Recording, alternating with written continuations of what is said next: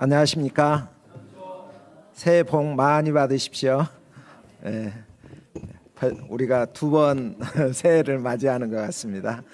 혹시 올해 그 계획을 세웠는데 그동안에 잘 안 되셨다면 이번 기회에 새롭게 마음을 다잡고 새 출발을 또 한 번 더 하면 좋겠습니다. 자, 오늘 말씀의 제목은 우리가 넉넉히 이기느니라입니다. 말씀은 로마서 8장 18절에서 39절까지고요. 요절은 37절입니다. 다 같이 한번 요절 말씀 읽겠습니다. 시작. 그러나 이 모든 일에 우리를 사랑하는 신이로 말미암아 우리가 넉넉히 이기느니라. 기도하겠습니다. 하나님 아버지, 이 시간 준비된 말씀이 성령으로 증거되게 하옵시고 듣는 우리에게 성령으로 말씀을 듣도록 도와주시옵소서. 예수님 이름으로 기도합니다. 아멘. 자, 이제 우리가 신년 말씀이 끝나고 로마서로 돌아왔습니다. 로마서 다시 오니까 어떻습니까? 예, 좋습니다. 지난 로마서 8장 전반부에서 그리스도 예수 안에 있는 생명의 성령의 법이 죄와 사망의 법에서 우리를 해방하였다고 하였습니다. 그러므로 그리스도 예수 안에 있는 자에게는 결코 정죄함이 없습니다. 지난 강의 마지막 말씀 17절에 우리는 하나님의 자녀요 하나님의 상속자 곧 그리스도와 함께한 상속자라고 하였고 우리가 그리스도와 함께 영광을 받기 위하여 고난도 함께 받아야 한다 하였습니다. 이 말씀이 오늘 말씀과 이어집니다. 하나님의 자녀로 택함받은 성도는 성화 과정 속에서 고난을 받습니다. 그 고난의 의미가 무엇인가? 그 과정 속에서 하나님께서 우리를 어떻게 도우시는가 배울 수가 있습니다. 오늘 말씀을 통해 우리가 미래에 대한 소망을 붙들고 승리의 확신, 구원의 확신을 덧입기를 기도합니다. 18절을 우리 다 같이 읽겠습니다. 시작. 생각하건대 현재의 고난은 장차 우리에게 나타날 영광과 비교할 수 없도다. 생각하건대 사도 바울이 깊이 생각했다는 거죠. 현재의 고난, 이는 사도 바울과 로마 성도들이 겪는 고난입니다. 그들이 고난을 받는 이유가 무엇입니까? 죄악된 세상에서 하나님의 백성으로 살아가기 때문입니다. 또한 사단 마귀가 시험할 때 우리는 이를 대적하며 살아가야 하기 때문입니다. 우리가 아직 구속함을 받지 못한 죄악된 육체의 소욕과 싸울 때 고난이 있습니다. 주와 복음을 위해서 사명을 감당하고자 애쓸 때 고난을 받습니다. 누구나 고난을 받으면 참 힘듭니다. 이것을 어떻게 극복할 수 있는가? 회피하고 타협하면 쉽습니다. 하지만 우리는 그렇게 하면 안 됩니다. 왜냐하면 장차 우리에게 나타날 영광과 비교할 수 없기 때문입니다. 사도 바울은 고난받는 성도들에게 장차 나타날 영광을 바라보라고 합니다. 현재의 고난과 장차 나타날 영광을 비교해 보라고 합니다. 우리가 직장에서 회사가 잘 돼서 상여금을 1000% 줄 터이니 당직과 야간 연장 근무하라고 하면 어떻게 합니까? 기쁨으로 합니다. 또 취준생들이 놀지 않고 열심히 공부하는 이유가 무엇입니까? 장래 내가 원하는 곳에 취업이라는 영광을 얻기 위해서 누가 시키지 않아도 열심히 하는 것 아닙니까? 고난 하면은 사도 바울만큼 많이 그리고 세게 받은 사람도 없을 것입니다. 뿐만 아니라 사도 바울은 천국의 영광스러운 모습을 살아생전에 본 사람입니다. 고린도후서 12장 4절에서 자신이 체험한 내용을 이렇게 말합니다. 낙원으로 이끌려가서 말로 표현할 수 없는 말을 들었으니 사람이 가히 이르지 못할 말이로다. 이는 천국의 영광이 인간의 말로 표현할 수 없을 만큼 지극히 크고 풍성하다는 뜻입니다. 그가 직접 눈으로 천국의 영광을 보았기에 자신과 로마 성도들이 겪는 신앙적 고난이 천국의 영광과 비교할 수 없다고 자신 있게 말하고 있습니다. 사람들이 보통 고난을 받으면 왜 나만 이런 고난을 받느냐고 아까 찬송가에서 한 것처럼 특성 가운데 한 것처럼 불평할 수 있습니다. 그때 우리는 오히려 어떤 생각을 해야 합니까? 오히려 이렇게 생각해야 합니다. 왜 나에게 이런 특권을 주시는가? 왜 특권이죠? 우리 강영호 목사님 왜 특권입니까?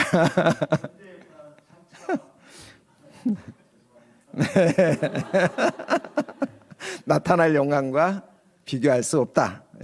감사합니다. 고난은 보통 사람 막대기와 인생 채찍으로 받습니다. 중동에서 많은 양무리를 칠 때 목자는 보통 염소 한 마리씩을 넣어 놓는다고 합니다. 왜 그러는 줄 혹시 아시나요?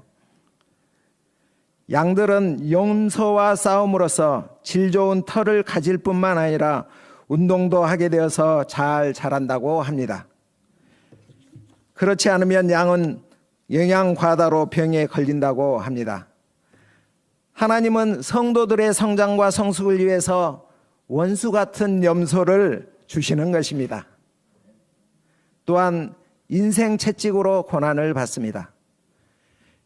영국의 조지 왕이 한 도자기 공장을 방문했습니다. 공장 입구에 2개의 꽃병이 이렇게 전시되어 있었습니다. 2개 다 같은 원료, 같은 모양과 디자인으로 만들어져 있었는데요. 그런데 하나는 윤기가 흐르고 생동감 있는 예술 작품의 모습을 한 반면에 다른 하나는 흐릿한 빛을 내며 영 볼품이 없었습니다. 왕은 이상해서 관리인에게 물어보았습니다. 똑같은 꽃병 같은데 왜 이렇게 차이가 납니까? 그러자 관리인이 이야기를 했습니다. 똑같은 제품인데요. 이쪽은 불에 들어갔다 나온 꽃병이고 이쪽은 아직 불에 들어가지 않은 것입니다. 이처럼 고난의 불은 우리의 영혼을 아름답게 하고 빛나게 합니다. 그러므로 고난이 우리에게 유익이 되는 것입니다. 그 뒤에 영광이 있습니다. 자, 그렇다면 장차 나타날 영광을 바라보며 현재 고난받는 성도들의 마음에 나타나는 현상이 있습니다. 그것이 무엇일까요? 2글자. 탄식입니다. 정상적인 그리스도인이라면 아직 구속받지 못한 몸을 가지고서 죄악된 세상에서 살아갈 때 탄식할 수밖에 없습니다. 그래서 사도 바울도 로마서 7장 24절에서 오호라 나는 공고한 사람이로다. 이 사망의 몸에서 누가 나를 건져내랴 탄식을 하였습니다. 본문에는 3 종류의 탄식이 나옵니다. 피조물의 탄식, 성도들의 탄식, 성령의 탄식. 첫째, 피조물의 탄식. 자, 22절을 다 같이 한번 읽겠습니다. 시작. 피조물이 다 이제까지 함께 탄식하며 함께 고난을 겪고 있는 것을 우리가 아느니라.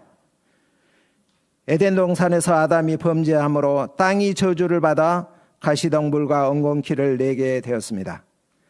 그때부터 모든 자연 세계 모든 피조물이 함께 탄식하며 함께 고통을 겪고 있습니다. 얼마 전 뉴스에 지구온난화가 아주 심각하다는 보도가 있었습니다. WMO 세계기상기구에서는 2024년 작년이죠. 한 해 지구 평균 온도가 섭씨 1.55도씨 올랐다고 합니다. 임계점을 섭씨 1.5도로 정했는데 이것을 처음 넘어선 것입니다. 이것이 반복되면 지구는 돌이킬 수 없는 재앙에 직면하게 될 것이라고 경고했습니다. 질병과 영양실조, 식수부족, 해수면 상승, 대규모 이동으로 인한 분쟁으로 65년 후에는 세계 인구의 40억 명이 사망하고 전 세계 GDP가 반토막 날 것이라는 전망을 내놓았습니다. 또한 북극의 얼음이 녹으면서 그 속에서 동면하고 있던 세균과 바이러스가 깨어나 활동하면 동물과 인간에게 어떤 해악을 끼칠지 전혀 예상할 수가 없다고 합니다. 또 자연세계를 보십시오.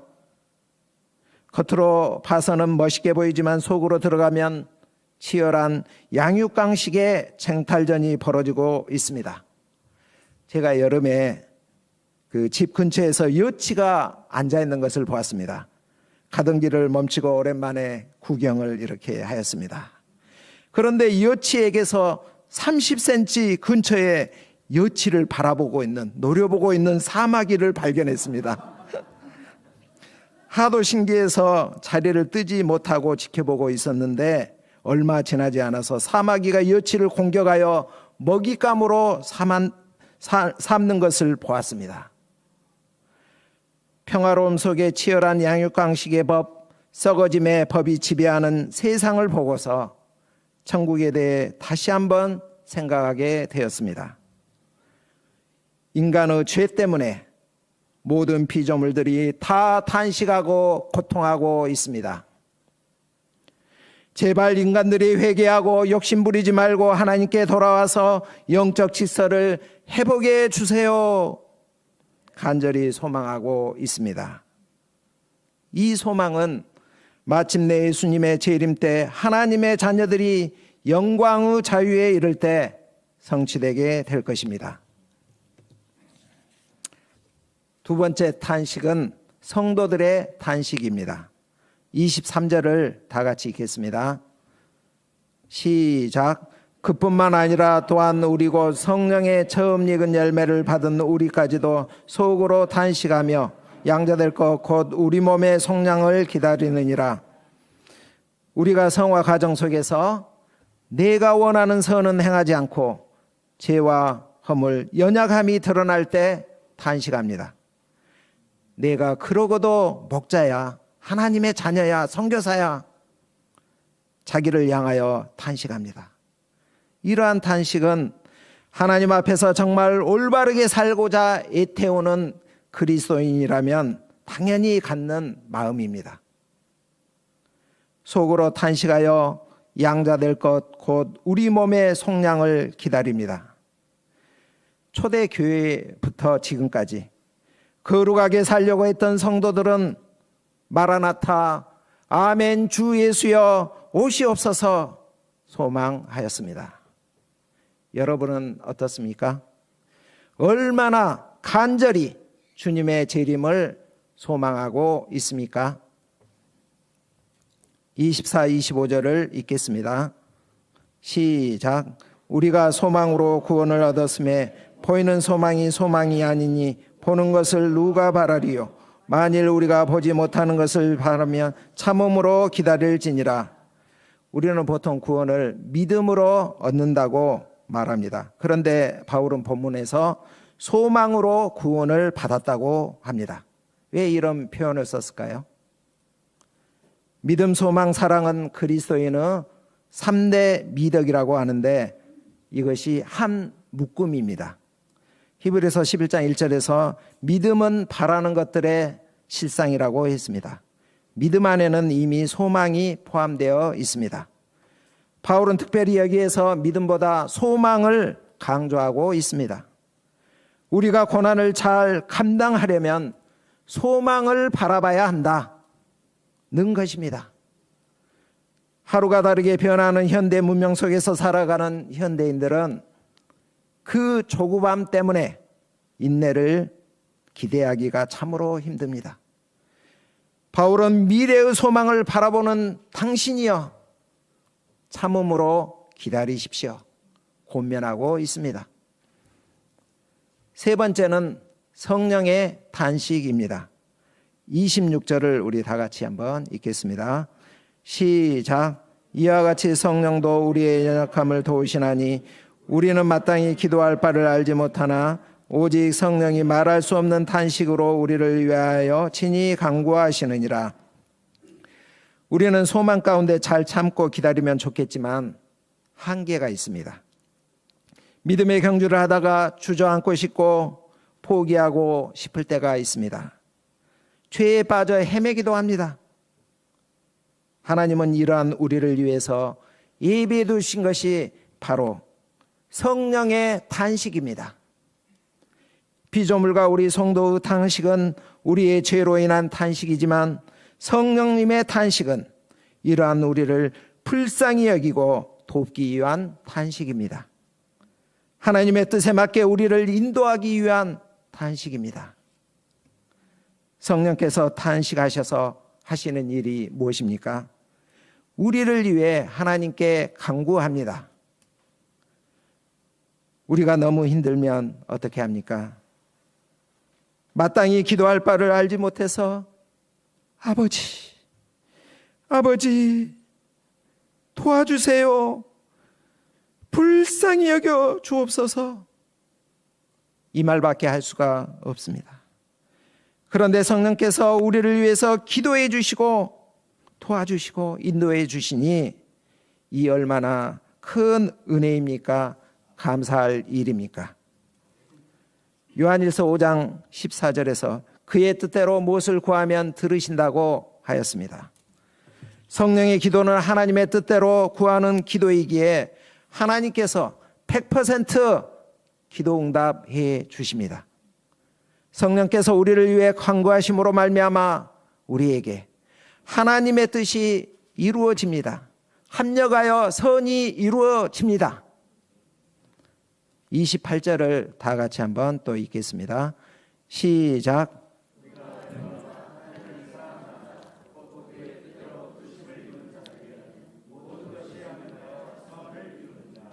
하나님을 사랑하는 자, 곧 그의 뜻대로 부르심을 입은 자, 받은 자, 이는 거듭난 성도를 말합니다. 그들에게는 모든 것이 합력하여 선을 이룹니다. 그 이유는 성령의 탄식과 기도 때문입니다. 그렇다면 여기에서 말하는 선은 무엇일까요? 우리가 보통 8장 28절 많이 암송하고 또 적용하기도 하고 하는데 본문의 흐름으로 우리가 이 선이 무엇인가 생각해 볼 필요가 있습니다. 29절을 다 같이 또 읽겠습니다. 시작. 하나님이 미리 아신 자들을 또한 그 아들의 형상을 본받게 하기 위하여 미리 정하셨으니 이는 그로 많은 형제 중에서 맏아들이 되게 하려 하심이라. 하나님께서 우리 성도들에게 이루고자 하는 선은 예수 그리스도의 형상을 본받는 것입니다. 이것이 우리를 구원한 진정한 목적입니다. 그래서 사도 바울의 인생 목적도 그리스도를 본받아이지 않습니까? 우리가 하나님께서 예비해 두신 영광에 참여할 때 최종적으로 우리는 그리스도의 형상을 닮은 영광의 몸을 덧입게 될 것입니다. 자, 믿음의 성도들의 인생 가운데 모든 것이 합력하여 선을 이루는 이유가 성령님의 우리를 위한 탄식과 기도 때문이라고 아까 이야기를 했습니다. 30절에는 그 이유가 하나 더 나옵니다. 30절을 우리 다 같이 읽겠습니다. 시작. 또 미리 정하신 그들을 또한 부르시고 부르신 그들을 또한 의롭다 하시고 의롭다 하신 그들을 또한 영원하게 하셨느니라. 29절에서 하나님이 미리 아신 자들이라고 나옵니다. 이것을 예지라고 합니다. 30절에서 그들을 미리 정하셨다. 이를 예정이라고 합니다. 그들을 부르셨다. 소명. 그들을 의롭게 하셨다. 칭의. 그들을 영화롭게 하셨다. 영화. 자, 이러한 예지, 예정, 소명, 칭의, 영화로 이어지는 구원의 과정을 구원의 황금 사슬이라고 부릅니다. 여기 나오죠. 자, 사슬로 묶여진 한 묶음, 패키지라는 것입니다. 사슬은 이렇게 묶여져 있지 않습니까? 이번 이 장기간의 설 연휴 기간 동안에 사람들이 해외여행 많이 떠난다고 합니다. 만약 패키지 여행을 가게 되면 어떻게 됩니까? 여행사가 이미 짜놓은 일정과 프로그램을 따라야 합니다. 구원도 마찬가지입니다. 예지부터 영화까지 패키지로 되어 있기에 반드시 구원의 여정을 따르게 되어 있다는 것입니다. 한번 선택한 하나님의 백성은 하나님의 섭리 가운데 반드시 영화에 이르게 됩니다. 이것을 불가항력적인 하나님의 은혜라고 합니다. 하나님은 택하신 자들을 반드시 영화의 구원으로 이끄십니다. 합력하여 선을 이루십니다. 저는 장유찬 형제의 할머니가 예수님 믿고 구원 얻고 소천하시는 것을 보고서 불가항력적인 하나님의 은혜를 생각하게 되었습니다. 불교를 신봉하는 유찬 할머니에게 예수의 예자만 꺼내도 손사래를 치던 분이라고 전해 들었는데, 이 요한병원에 가서 그분을 첫 신방할 때 복음을 전할 엄두를 내지 못했습니다.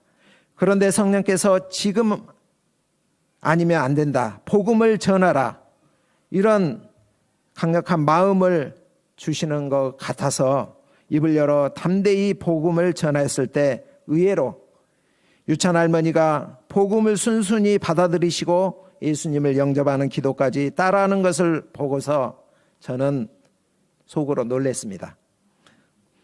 함께 갔던 유찬 형제도 놀랐습니다. 그 뒤 일주일에 한 번씩 신방하여 구원의 확신과 천국 소망, 사제의 확신, 기도에 관한 말씀을 나누었습니다. 기도회 관에 가르쳐 드릴 때 침대에 누워 있었지만 두 손 모아 기도하는 그 모습이 아직도 생생하게 은혜롭게 기억이 됩니다. 소천하시던 첫날 신방하였을 때 평안하고 온화한 모습으로 잠들어 있어서 유찬 형제랑 같이 무릎 꿇고 기도해 드리고 왔습니다. 하나님은 이처럼 택하신 자들을 반드시 구원하십니다.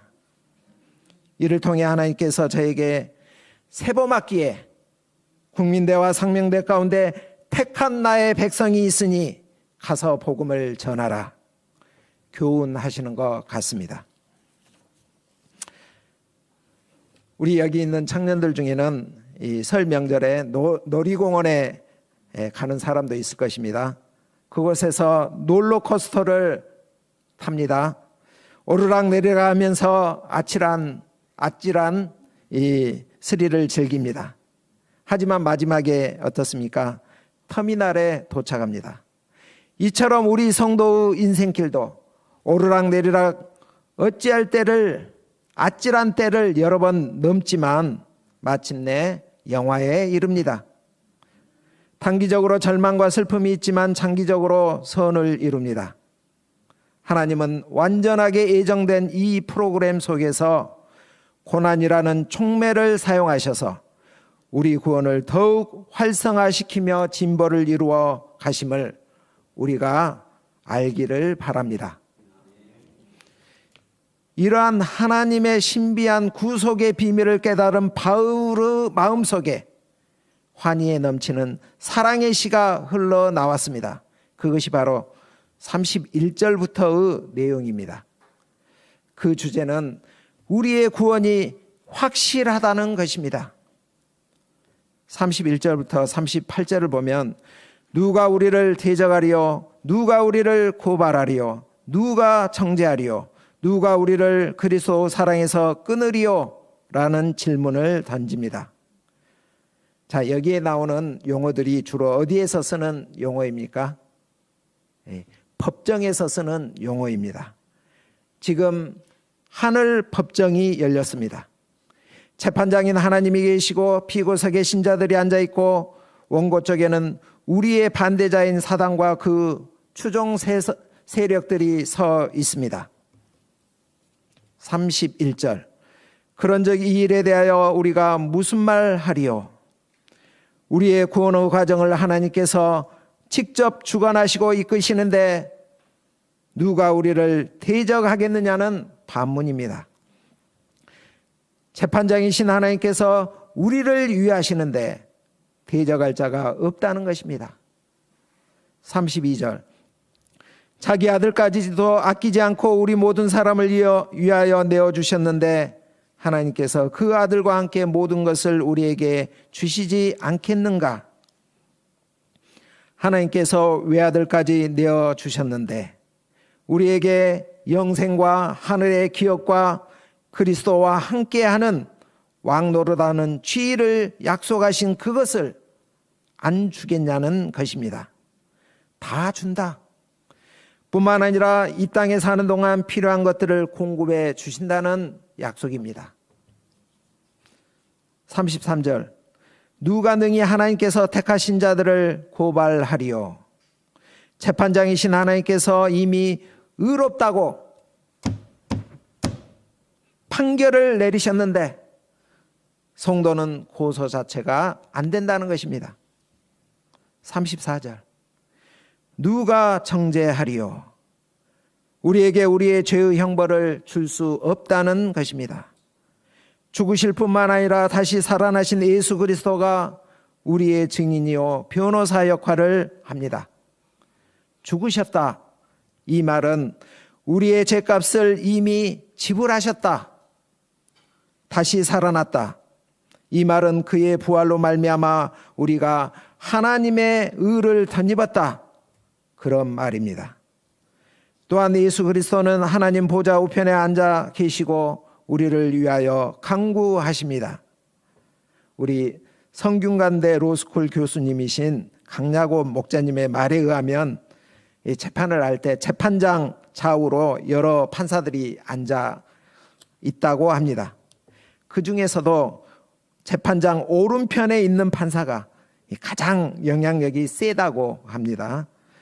옆에서 재판장님, 이것은 형량을 좀 감해줘야 할 것 같은데요. 그러면 10년 내릴 것을 5년 이렇게 선고를 내리고, 이것은 무죄 같은데요.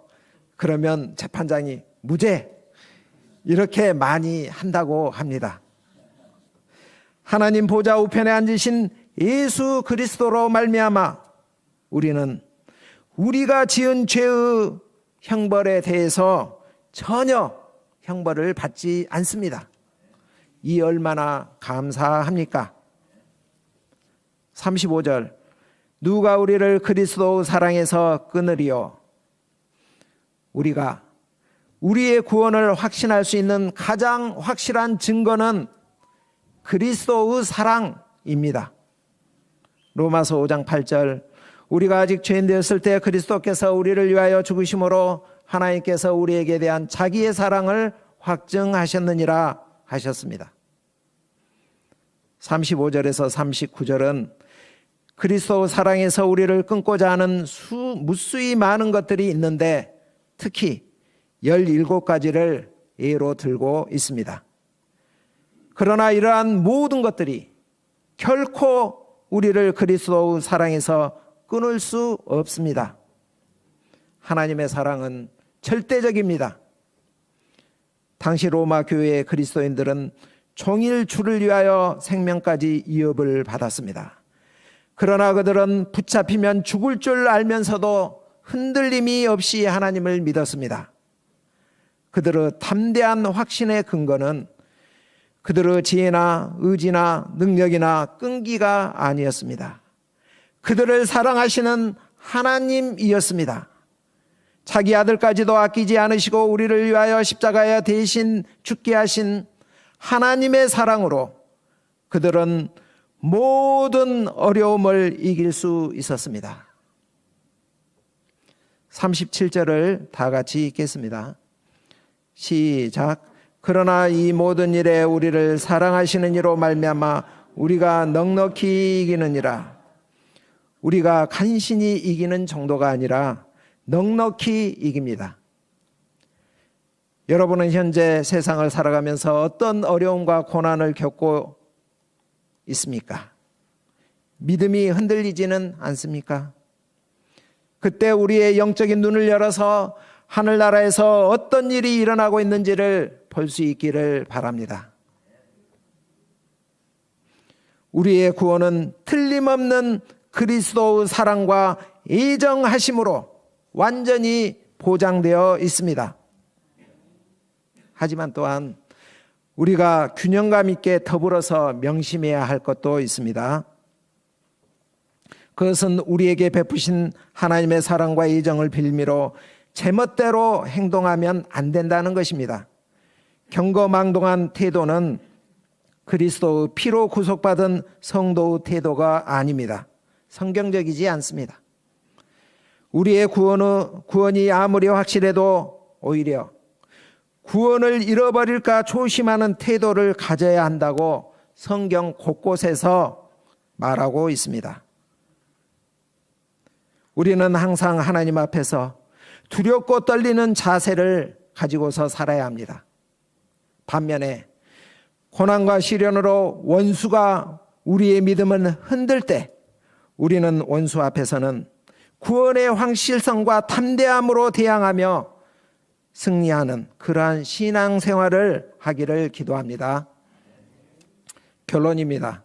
현재의 고난은 장차 우리에게 나타날 영광과 비교할 수 없습니다. 무엇보다 하나님의 사랑이 고난 속에 있는 우리를 힘있게 합니다. 승리케 합니다. 어떤 시련 속에서도 나를 향한 하나님의 사랑, 십자가를 지시고 자기 생명까지 내어주신 예수님의 사랑을 붙들 때 우리가 넉넉히 이길 수 있습니다. 주님의 사랑의 은혜와 구원의 확신을 가지고서 장차 얻게 될 영광을 바라보며 현재의 고난을 잘 감당하여 그리스도의 형상이 우리 안에 새겨지기를 기도합니다. 기도하겠습니다. 하나님 아버지 감사합니다. 현재의 고난은 장차 나타날 영광과 비교할 수 없습니다. 우리가 고난 속에서 탄식할 수밖에 없지만 자기 아들까지도 내어주신 하나님의 사랑을 붙들 때 넉넉히 이기게 하시니 감사합니다. 모든 것이 합력하여 선을 이루시는 하나님을 믿고 이 땅의 순례의 길을 끝까지 잘 감당할 수 있도록 도와주시기를 기도합니다. 예수님 이름으로 기도합니다. 아멘.